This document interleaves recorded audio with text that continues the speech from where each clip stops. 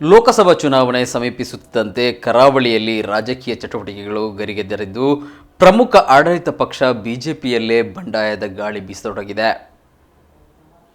ಆರಂಭದಿಂದಲೂ ಸತತವಾಗಿ ಬಿಜೆಪಿಯಿಂದ ಟಿಕೆಟ್ ವಂಚಿತರಾಗುತ್ತಿರುವ ಹಿಂದೂಪರ ಹೋರಾಟಗಾರ ಸತ್ಯಜಿತ್ ಸುರತ್ಕಲ್ ಹೆಸರು ಈ ಬಾರಿ ಚಾಲ್ತಿಯಲ್ಲಿದೆ.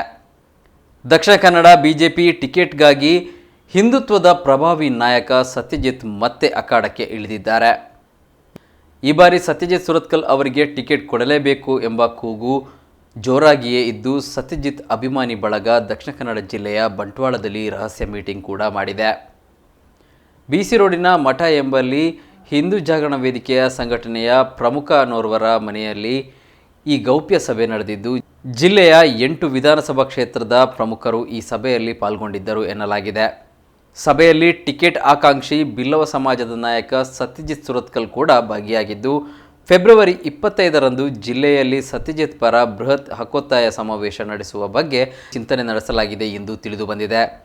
ರಾಜ್ಯ ಬಿಜೆಪಿ ಹಾಗೂ ದೆಹಲಿಯ ಹೈಕಮಾಂಡ್ ಮುಂದೆ ಈ ಬಗ್ಗೆ ಪ್ರಬಲವಾದ ಬೇಡಿಕೆ ಇಡಲು ಸಭೆಯಲ್ಲಿ ನಿರ್ಧಾರ ಕೈಗೊಳ್ಳಲಾಗಿದ್ದು, ಜಿಲ್ಲೆಯ 8 ವಿಧಾನಸಭಾ ಕ್ಷೇತ್ರಗಳಲ್ಲಿ ತಾಲೂಕು ಹಾಗೂ ವಾರ್ಡ್ ಕಮಿಟಿಗಳ ರಚನೆ ಮಾಡಿ ಜಿಲ್ಲಾ ವಾರ್ಡು, ತಾಲೂಕು ವಾರ್ಡು ಮತ್ತು ಗ್ರಾಮ ಮಟ್ಟದ ವಾರ್ಡ್ಗಳಿಗೆ ಸಂಚಾಲಕರ ನೇಮಕಕ್ಕೆ ಸಭೆಯಲ್ಲಿ ನಿರ್ಧಾರ ಕೈಗೊಳ್ಳಲಾಗಿದೆ. ಹಿಂದೂ ಜಾಗರಣ ವೇದಿಕೆಯ ಕಾರ್ಯಕರ್ತರು, ಬೇರೆ ಬೇರೆ ಸಂಘಟನೆಯ ಕಾರ್ಯಕರ್ತರು, ಬಿಲ್ಲವ ಪ್ರಮುಖರನ್ನು ಗುರುತಿಸಿ ಕಮಿಟಿ ರಚನೆ ಮಾಡಿ ಈ ಮೂಲಕ ಸಭೆಗಳನ್ನು ನಡೆಸಿ ಕಾರ್ಯಕರ್ತರ ಸಂಘಟನೆ ಮಾಡುವ ಬಗ್ಗೆ ಸಭೆಯಲ್ಲಿ ತೀರ್ಮಾನ ಕೈಗೊಳ್ಳಲಾಗಿದೆ. ಪ್ರಚಾರದ ದೃಷ್ಟಿಯಿಂದ ಸೋಷಿಯಲ್ ಮೀಡಿಯಾ ತಂಡ ರಚನೆ ಮಾಡುವ ಕುರಿತು ತೀರ್ಮಾನ ಕೈಗೊಳ್ಳಲಾಗಿದ್ದು ಎನ್ನಲಾಗಿದೆ. ಕಳೆದ ವಿಧಾನಸಭಾ ಚುನಾವಣೆಯ ಹೊತ್ತಲ್ಲೇ ಮಂಗಳೂರು ಉತ್ತರ ಕ್ಷೇತ್ರದ ಆಕಾಂಕ್ಷಿಯಾಗಿದ್ದ ಸತ್ಯಜಿತ್ ಸುರತ್ಕಲ್ ಟಿಕೆಟ್ ಸಿಗದ ಹಿನ್ನೆಲೆ ಬಿಜೆಪಿ ಜೊತೆ ಮುನಿಸಿಕೊಂಡಿದ್ದರು. ಬಿಲ್ಲವ ಸಮಾಜದ ಪ್ರಭಾವಿ ನಾಯಕರೂ ಆಗಿರುವ ಸತ್ಯಜಿತ್ ಈ ಬಾರಿ ಮತ್ತೆ ಲೋಕಸಭಾ ಟಿಕೆಟ್ಗಾಗಿ ಅಖಾಡಕ್ಕೆ ಇಳಿದಿದ್ದಾರೆ.